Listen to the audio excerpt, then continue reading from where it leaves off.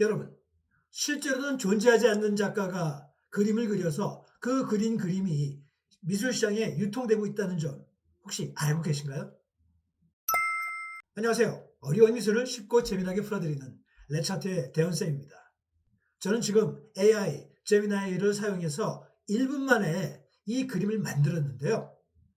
이 이미지는 지금 제가 여러분들에게 공개할 그런 작품의 이야기의 가상 이미지입니다. 여러분, 최근 실제로 존재하지 않는 그런 작가가 없이 AI나 또는 일반인이 유령 작가라고 할 수 있겠죠? 작업한 그런 그림이 강남에 있는 모 아트 매니지먼트 회사를 통해서 유통이 되고 있다라는 그런 충격적인 제보를 받았습니다. 그리고 이 회사는 이 작품들을 아트페어 등에 출품시켜서 유통을 해왔었고요. 이 작품들의 작가들은 작가가 미상입니다. 또는 위조된 그런 이름들로 존재를 하고 있었습니다. 그런데 이 작품들이 최근 기존의 판매가의 절반 이하로 떨어진 상태에서 지금 시장에 매물로 나오고 있습니다. 그리고 그런 제보를 갤러리를 통해서 제가 지금 들었고요. 심지어는 이 회사가 내부적으로 심상치 않은 뭔가 이상한 조짐이 보이고 있다라는 제보를 받게 되었었습니다. 그리고 방금 들어온 속보에서는요. 그 회사는 얼마 전 폐업을 했다고 합니다.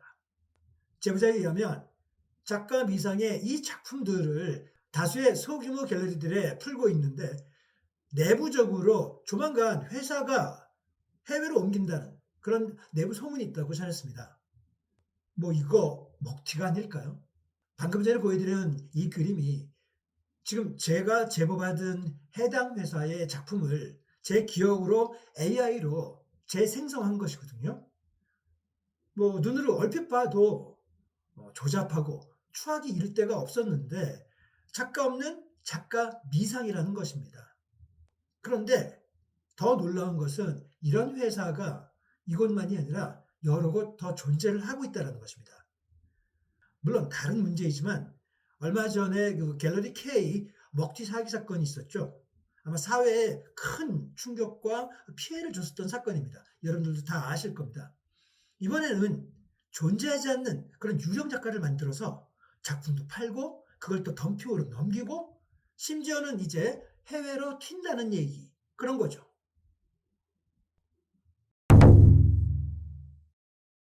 보도에도 이미 나왔지만 일부 부도덕한 갤러리나 매니지먼트 회사가 국내 대중이 잘 모르는 그런 해외의 가상 작가를 마치 유명한 작가로 만들어낸다는 겁니다. 그리고 이 유명한 신진 작가처럼 속여서 그가 만든 작품이라고 국내 시장에 판매를 하고 있는 겁니다. 그들의 수법을 알아보니까요. 실체가 없는 가짜 프로필을 만듭니다. 그 작가의 성별, 나이 이런 것까지 다. 그리고 가짜 전시 이력이라든지 심지어는 가짜 그 해외 기사까지 만들어서 작가의 가치를 부풀립니다.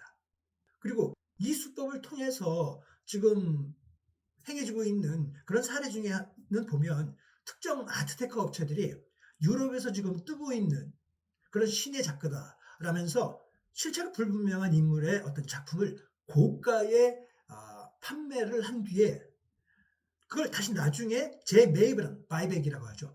재매입을 약속을 해서 사람들이 그것에 투자를 하게 되는데 사실 그때 회사가 파산하거나 잠적을 해서 사기로 밝혀지는 경우가 굉장히 빈번하다고 합니다.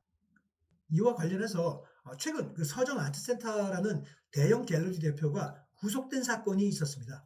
이 사건에서도 가치가 없는 작품을 뻥튀기를 해서 고가에 유통을 했던 그런 혐의가 핵심이었습니다. 그리고 또 다른 사례 중에요. 가장 전형적인 수법은 해외에서 활동하는 유망 작가인 것처럼 허위 프로필을 만들어서 이것을 이제 국내 고객들에게 허위로 그 홍보를 하고 판매를 종용하는 그런 사례인데요.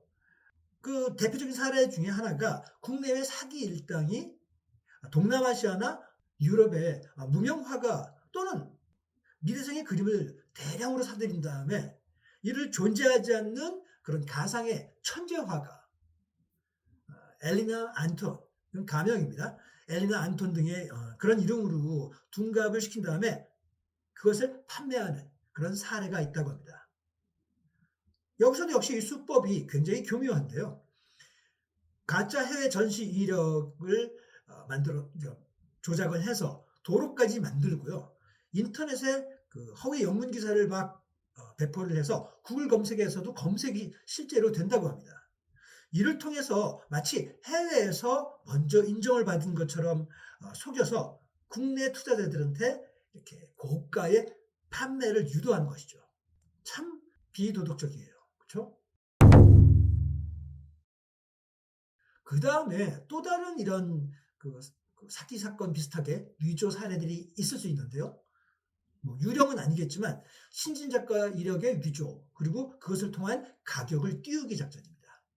실제 인물을 이제 내세우는데 여기서는요, 그 경력을 완전히 조작하는 경우도 꽤 있다고 합니다. 그러니까 우리가 지금 알고 있는 작가들 중에도 경력이 위조되어 있거나 뻥튀기가 되어 있을 수 있다는 얘기입니다. 이것은 물론 제 얘기가 아니라 기사나 그리고 지금 그 제보자들의 이야기에 의하면 그런 이야기들이 나돌고 있습니다. 그 최근의 사례 중에 하나 보면 최근 몇 년간의 미술 시장이 호황을 했었어요. 그래서 오프라인 전시보다는 온라인 전시가 더 많았고 SNS의 마케팅 활동들이 굉장히 많았는데 여기서 이제 나타나는 그 현상 중에 유럽의 명문 비대 수석 졸업이라든지 또는 유명 비엔날레의 초청 작가라는 그런 타이틀을 허위로 붙여서 작품가를 수십 배로 올리는 그런 방식입니다. 사실 우리가 지금 알고 있는 이 많은 작가들, 우리가 그 사람들의 경력을 어떻게 정말로 100% 맞다라고 알 수가 있을까요? 전혀 그럴 수 있는 방법이 없습니다. 우리는 그냥 그들의 이력서를 믿어줘야 되는 것 뿐이거든요. 그것을 노려서 지금 이런 갤러리나 아트 매니지먼트에서 그걸 노린 것입니다. 뭐 대표적인 또 다른 예가 있죠. 전혀 알려지지 않은 무명의 작가들을 활용해서 이완 작가라든지 박수근, 이중섭의 위작 작품들을 만들어냅니다. 공장식으로 말이죠. 근데 그들은 이완이 아니고 박수근이 아닙니다.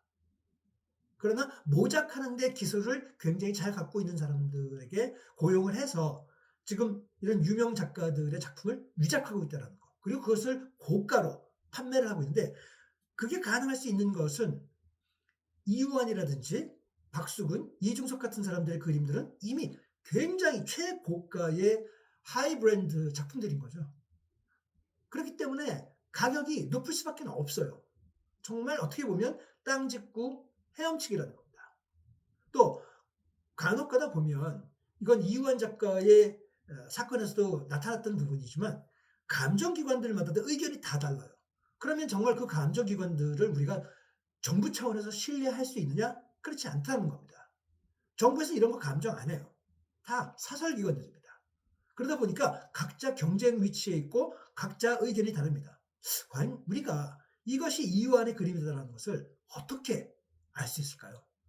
정말 이완이 아니라면 그건 모를 겁니다. 물론 이완도 잘 몰라요. 그게 가차인지 진짜인지 다 진짜라고 하지 않습니까? 그렇죠?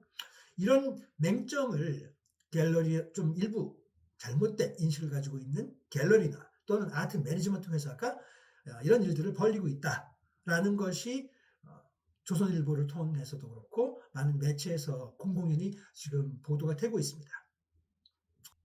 결국은 이게 뭐냐 하면 구매자는 작가의 이름이라든지 브랜드를 사지만 실제로는 그 그림을 그린 사람은 세상에 잘 알려지지 않은 또는 혹은 작가로서 존재하지 않은 AI일 수 있죠. 그런 타인인 셈이 되는 겁니다. 화가가 직접 그림을 그리지 않았음에도 불구하고 특정 유명 작가의 브랜드를 빌리거나 또는 아예 존재하지도 않는데 그냥 유명 작가인 것처럼 정말 핫한 신인 작가인 것처럼 가공을 해서 사람을 유령으로 만들어내는 겁니다. 자, AI를 사용하는 것도 마찬가지인데요. 그 해외에서는 특정 가공 인물의 사진을 AI로 생성해서 운둔형 천재, 이 외국인 작가는 세상에 잘 나오려고 하지 않는다. 운둔형이다. 사람들 만나는 걸 굉장히 힘들어한다.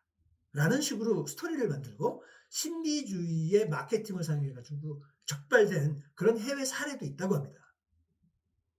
이거 거의 못 잡아냅니다. 그 다음에 거기서 보면 그 사례에서도 수법은 실제로는 그 그림들은 공장식으로 이렇게 만들었고 그 대작소에서 그려냅니다. 과거에 우리나라에도 그림들을 이발소 그림이라고 하는데요. 대량으로 공장처럼 해서 그림을 만들어냅니다. 그리고 그것을 미국이나 이런 데로 수출도 했었어요.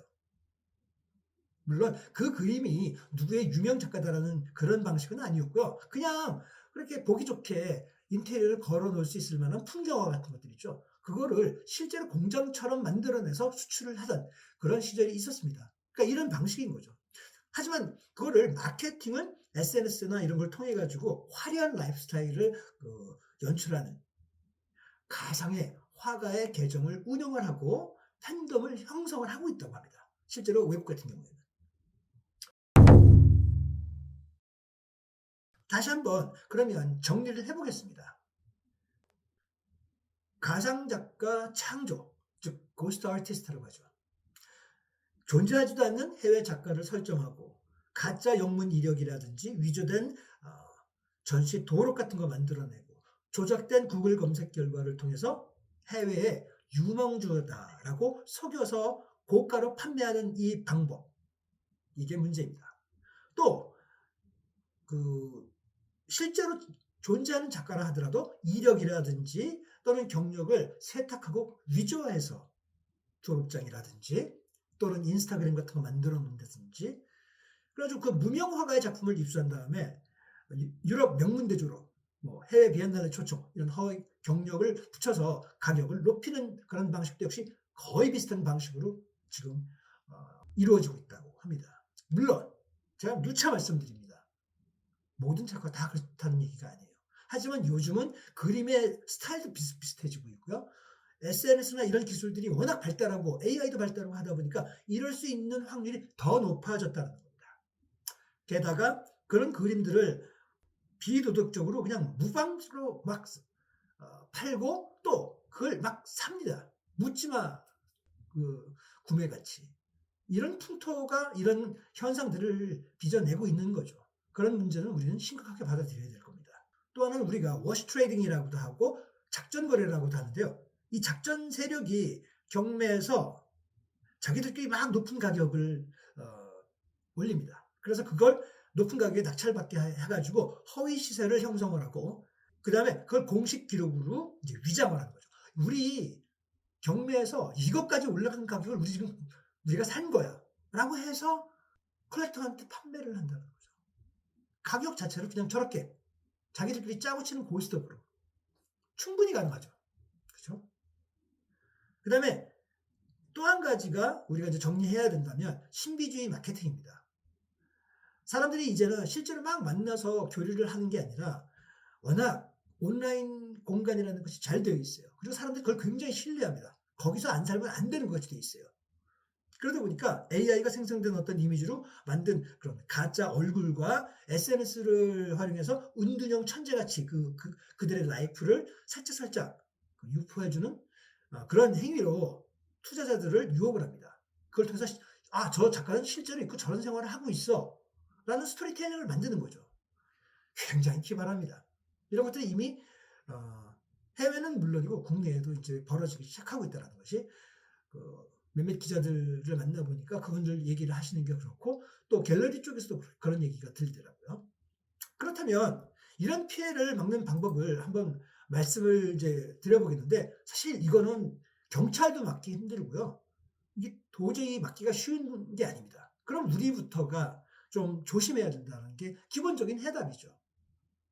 그림을 좋아하고 미술을 좋아하되 그 투자도 자유예요. 하지만 좀 더 주의해서 자세히 알아볼 만큼은 알아보고 특히 이것이 너무 고가라면 그건 아무리 좋은 그림이라도 좀 보류하실 필요가 있습니다. 고가인 경우 이런 사례가 굉장히 많거든요. 그래서 이제 피해 예방을 위한 확인 방법을 한번 드려본다면 공식적인 아카이브를 확인을 해야 됩니다.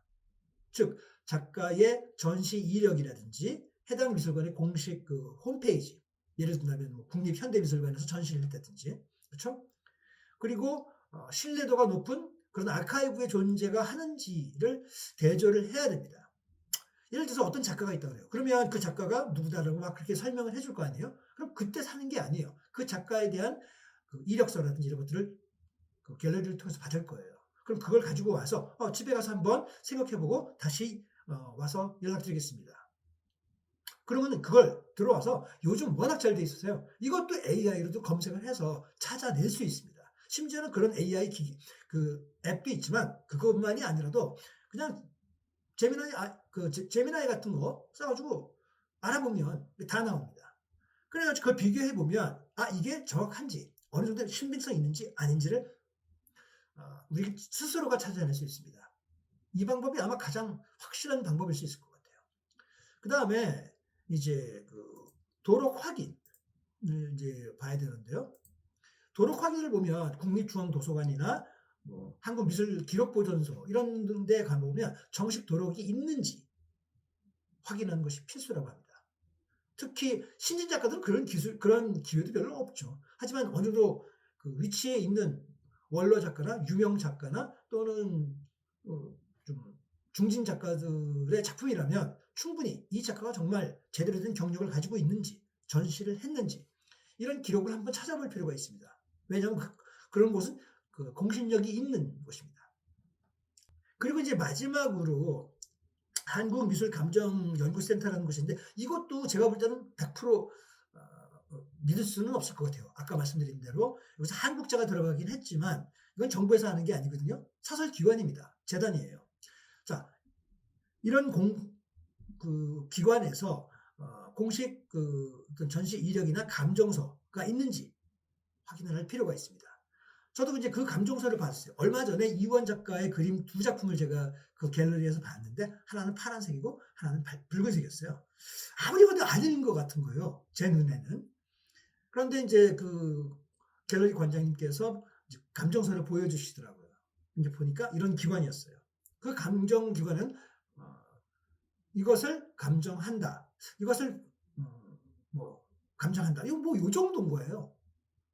이것을 개런티한다는 말은 아니더라고요. 그래서 그 감정서조차도 사실은 그다지 나중에 가서 법적인 어떤 효력 그렇게 신뢰도가 없다고 보여집니다. 이런 측면에서 여러분들 아무리 그림이 좋은 그림이라 하더라도 그런 부분을 구매자가 스스로 잘 조사해보고 알아보고 그리고 구매 결정을 내려야 할 것입니다. 그거 굉장히 중요한 부분이죠. 아무튼 이런 그 유령 작가, 존재하지 않는 작가도 지금 이미 미술계에 이렇게 있다는 것 자체는 그림을 그리는 사람들의 입장에서 굉장히 힘이 빠지고요. 또 그림을 그리는 여러분들도 또 그림을 좋아하고 사는 여러분들 그리고 그림을 유통하는 미술을 정말 좋아서 하는 그런 분들에게는 힘이 빠지게 하는 일입니다. 혹시나 이런 일들을 하시는 거나 하실 계획이 있으신 분이 있다면 제 방송을 보시면서 제발 부탁드립니다. 여기서 멈춰 주십시오. 미술을 위해서. 자, 오늘 내용 여기까지고요. 어떠셨나요? 이 내용 마음에 드셨다면 구독과 좋아요 꼭 눌러주시고요. 마지막 3편 사람들을 고용해서 내 그림을 대작하게 하는 그런 작가들 이거 과연 문제가 아닌가라는 점에 많은 분들이 문제를 제기하고 계신데요. 그 부분에 대해서 저는 그 답을 제가 갖고 있는 의견을 통해서 그리고 많은 미술계 쪽에서 사람들의 의견을 취합해서 여러분들에게 다음번 방송에서 공개하도록 하겠습니다.